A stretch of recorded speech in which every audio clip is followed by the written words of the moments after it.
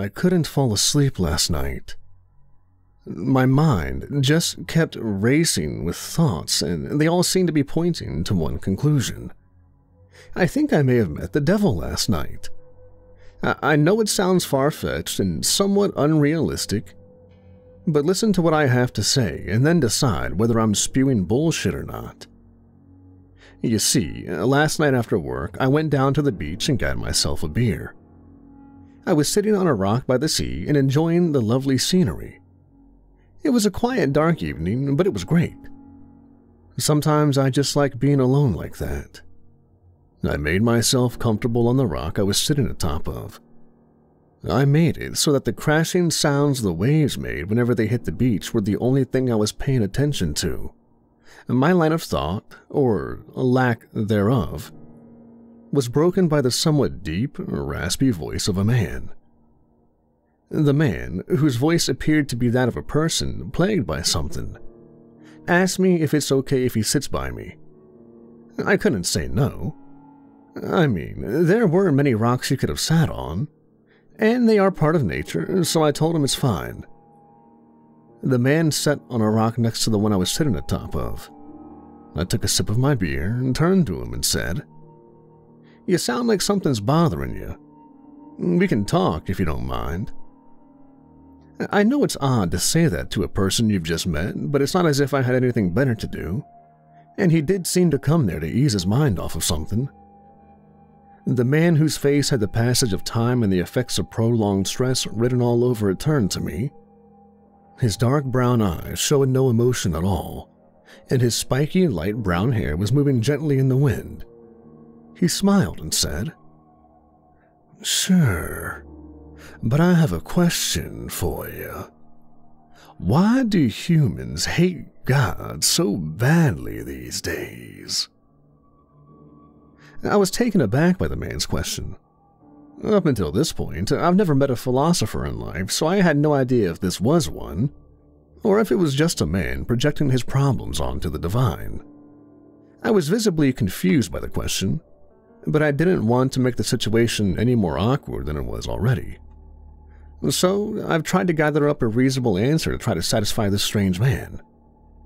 I end up saying, "As a non-believer, I guess it's because God is always portrayed as the ultimate good doer, while there is so much obvious bad in the world," I uttered. The man ran his hand across his chin and chuckled a bit before saying, "What an anthropocentric way of thinking. I guess you're right.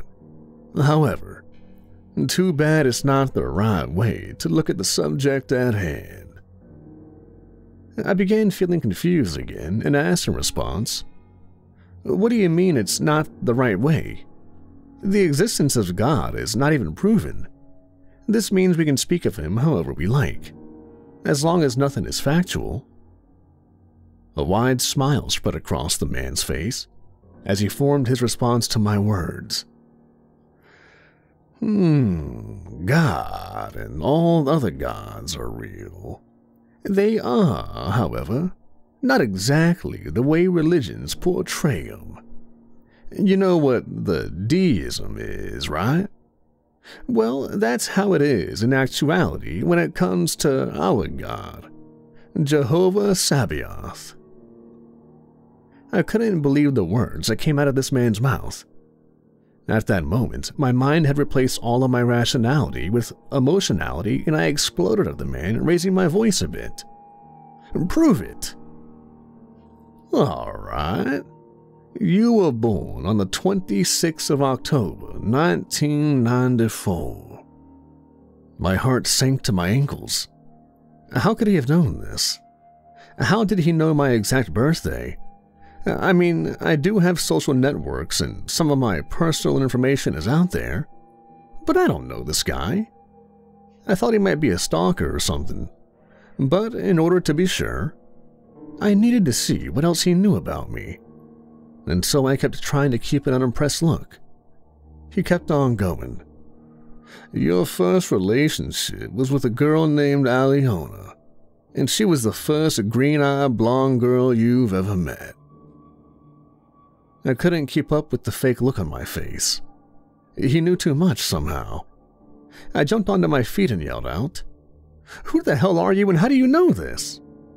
Mind you, I did date this girl when I was 13, before all the Facebooks and before any legal papers concerned me. "Well, you wanted proof of Jehovah's existence. I gave it to you. If it wasn't for what he gave me personally, I wouldn't be able to know all of this," he responded at my outburst. I didn't believe a word he said at this point and yelled out again, "Bullshit. You probably got all this information out of someone to get to me. I'm calling the cops now, buddy. You're done," I screamed at the man as I whip out my phone and begin to dial. "Oh, well then, I'll just tell you something you told pretty much nobody about yourself. At the age of 4, before you've immigrated here, a teen took you to an abandoned building and began to perform acts on you, and asked the same in return to be done to him. However, it didn't really I dropped both my phone and my beer onto the ground, and he stopped talking. I don't know how he knew about this. No one knew about this. I kept this a secret. I guess I was trying to repress that. He couldn't have known it. I felt chills running down my spine and my whole body going stiff. The man turned his head to the ocean and said, "Sit down, boy. I'll explain everything." I just sat down on the rock again. I didn't know what else to do. Him knowing this was impossible. I didn't want to find out what other impossible things he knew or could do. I was scared shitless of this man at the point, and I still am. He began speaking again, not breaking his stare from the ocean. "God's a living being, albeit not a biological one, but he is living regardless. And he created this universe. But not in the usual sense. He simply jump-started the events that ended up leading to the Big Bang. He never really intervened in this reality. He did, however, pop up on this and some other planets from time to time, and during one such time he met Abraham the Canaanite, and told him that if he wished people to remember him for all eternity, he would have to revolutionize his way of thinking and acting. The sad part is, we're still seeing the signs of this revolutionized thinking. The Abrahamic religions. Jehovah was never into being worshipped. He didn't even know about such practices for the most part. The thing is, he didn't see humanity as any more than all of his other quote-unquote projects. And trust me, there were many. That's something you humans tend to forget. Omniscient beings need to be constantly busy with their minds. Otherwise, they go insane. That would make sense of what the Abrahamic religions say about him. That he may be good, but that he does evil things for the sake of humanity. Funny thing, though, they wouldn't know that he does those evil things out of a broken psyche, rather than some divine plan or supreme moral compass if that was the case. This brings us to the next point. Even if Jehovah was all about excessive care for humanity, he still can't really eliminate all evils from this world. Simply because he's just busy. Before you ask me about the omnipotence thing, it's relative and needs his attention even if it wasn't. It all began to make sense to me. It did sound far more realistic to have an extremely powerful being that started our universe and never gave too many shits than what religions would have been trying to tell us for the past few millennia. It's stupid to believe that an all-powerful being would care so much about a single species of primates. I took a deep breath and dared myself to ask the man the following question. So, how do you fit into all of this? The man looked back at me with his expressionless face once again and said, Long story short, I'm one of his sons. You call us angels. I never quite got the idea of Jehovah's children being his messengers. It's just another stupid human assumption. Anyway, before you ask more questions, know that I am older than this universe. I used to travel here a lot, and I was the one who found out about the evolution of the Homo sapien. When I first found you, I was intrigued by your intelligence. Finally, an earthly species that can communicate with me. I wanted Jehovah to help you advance and prosper, and he rejected my request, claiming that it would disrupt the natural order. Amusingly enough, creating new universes for him didn't disrupt any of that. Being the obedient child I was back then, I listened and did nothing for your kind until around 60,000 years ago, when your population dropped drastically. The Toba eruption? I questioned him. That's the common belief, but no.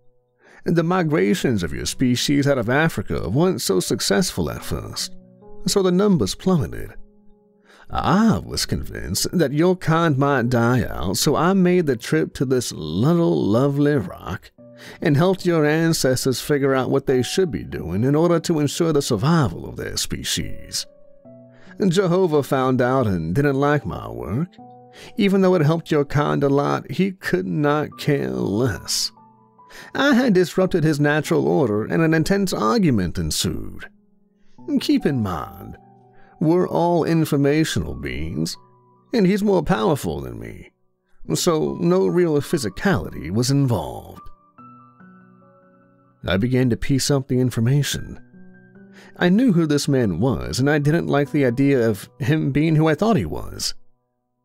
I just sat there and waited for him to either prove me right or disprove my probably insane thoughts.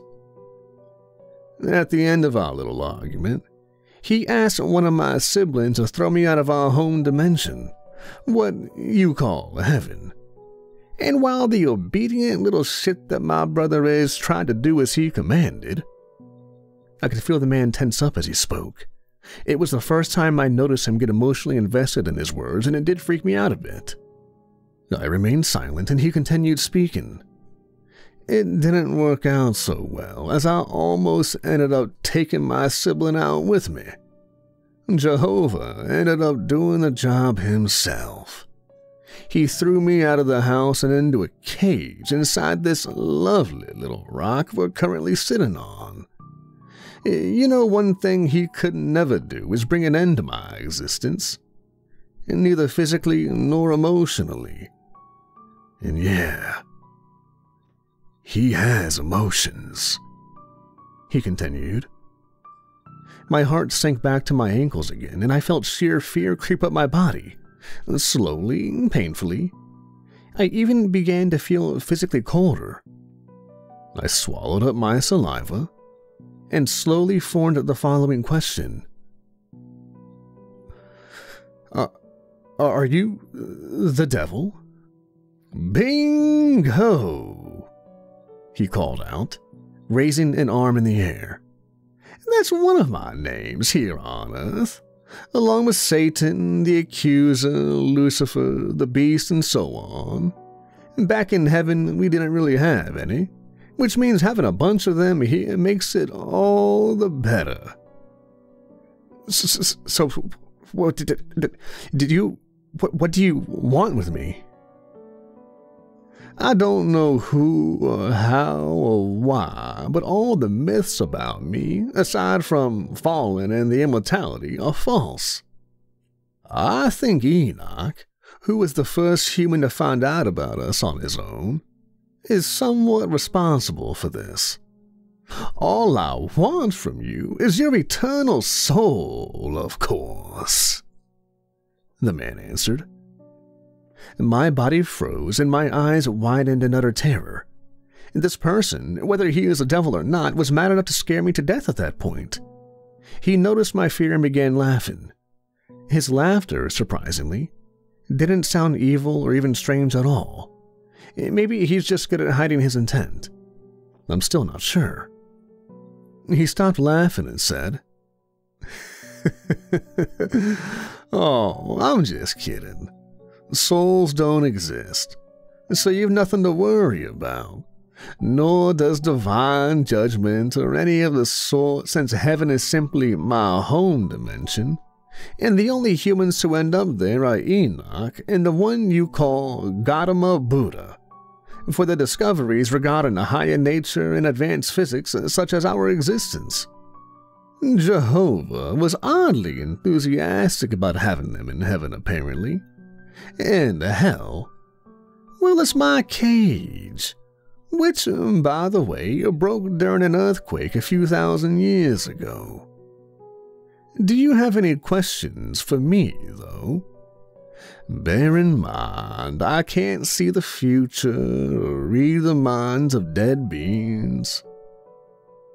For some reason, this man that claims to be the devil made me feel a lot easier with the things he said then.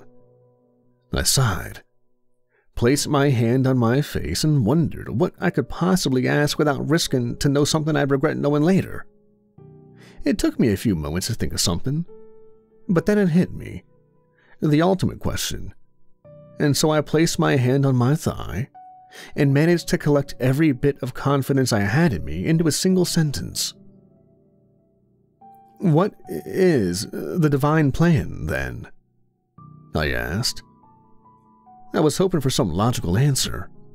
Perhaps something about discoveries or creation, or maybe even something artistic. I did, however, get something that will most likely haunt me until the end of my days.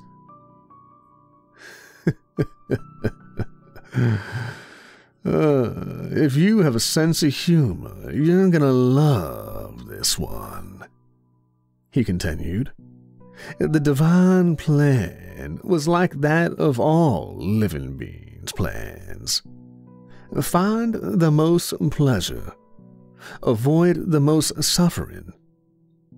But the key word is was." Dumbfounded, I asked, "Was?" "Yeah, was. You see, in Jehovah's case, and probably all other beings on his intellectual level, is finding ways to not go insane. A God's suffering is insanity. So at a certain point, he became obsessed with death itself, and wanted to find out how it is to die." I was confused once more, and I was apparently showing it on my face. The mythos about a child of a virgin woman who's the son of God and the God himself. That sound familiar? Yeah, Jesus Christ, the reason behind Christianity. Well, here comes the funny part. Jehovah made himself mortal as this Jesus man and got himself killed. I tried to convince him it was a bad idea, but our Creator was always a stubborn one. That's where the stories about me trying to tempt the Son of God, who's also the God himself, away from the righteous ways he had devised. My eyes widened with complete and utter shock. I didn't know what to say. I was sure at this point that I'm talking to a nut job. Why on earth would God try to kill himself? It's just too illogical to be true. The shock wore off quickly, and a sense of alertness replaced it.